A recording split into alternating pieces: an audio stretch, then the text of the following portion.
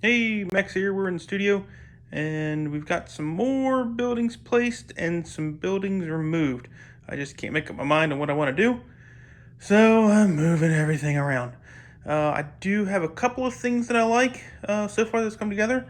One thing down this way, we have the diner that ended up by the train track, and locally we have a little diner that's along some tracks. I think it's called the Railway Diner, and it's kind of reminds me of that. So I'm kind of happy that that ended up there. So I hope that I can keep it there, but we'll see. So I do like that. The Assembly Square, I don't know if that's going there or not. It might stay there. So what I did was I deleted one of my roads that went right where the police station is, and you can kind of see where the four-way stop is. So deleting that road takes away four corners. Now I don't know what to do with my corner buildings, but this gives me a little bit better flow. I like how all these buildings look here along this nice straight way, and I think I'm going to keep it. Hopefully, it all the colors look great. I was a little nervous about the donut shop going in there, but I think that lavender purple color, I don't know what the official color name it is of it, but it's purple. To guys, we call it purple, and it fits pretty nicely there. One thing about flow with these sets is, for example, the Market Street. Some of these buildings, the taller ones, like the police station here, as tall as it is, would cover up this window. And I'm kind of glad that the donut shop is a little bit shorter, so this window shows through. It just kind of makes the flow of the city look more normal to me. So I like it. I think when you start getting overgrown and build into cities, and they start building up more, this window might eventually get covered up.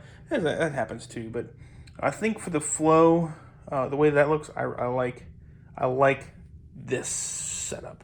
So in the old setup, I had Market Street over on this side, and then I had the cafe top, the Market Street part here, but the building was over there.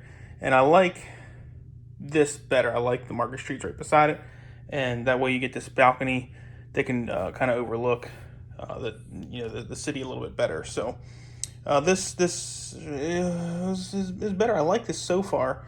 I'm just gonna have to figure out what to do with these other corner buildings, which we'll cross that bridge when we have to get there. I did throw the haunted house up here. I wanted to see how this fit, and it does fit.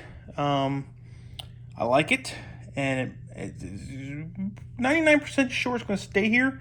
I want to build some steps up to here. I want to see if I can get the front gate on there and see how that plays out.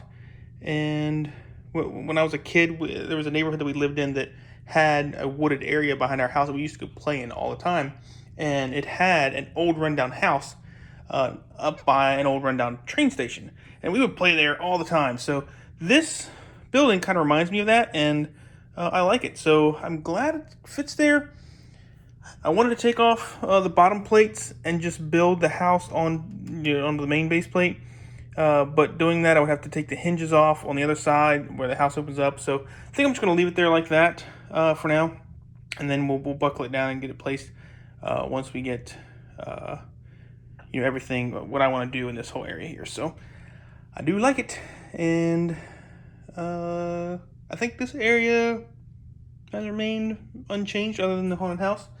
And there is our diner over there from this angle, and I really like that being over there. So so far some positives with this layout starting up.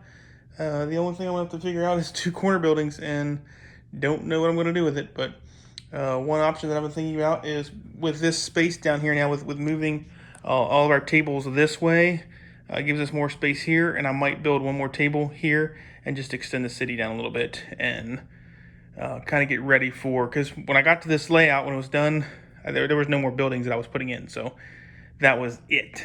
Now that that has gotten fully grown, we have to make room for some more. So we'll see about building another table here, and we'll we'll get to that point one day. But for now, this is what it is, and the two corner buildings may not make it in, and they'll just still be left out for a little bit until we get to that point. But there's our update for now. I did manage to pull out the Quinjet. He's up in there in his home, and looking pretty good.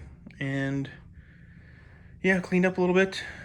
Got to take out this base plate here. We'll switch that out with a T base plate, and get back to placing some more buildings here. So we'll see you guys later.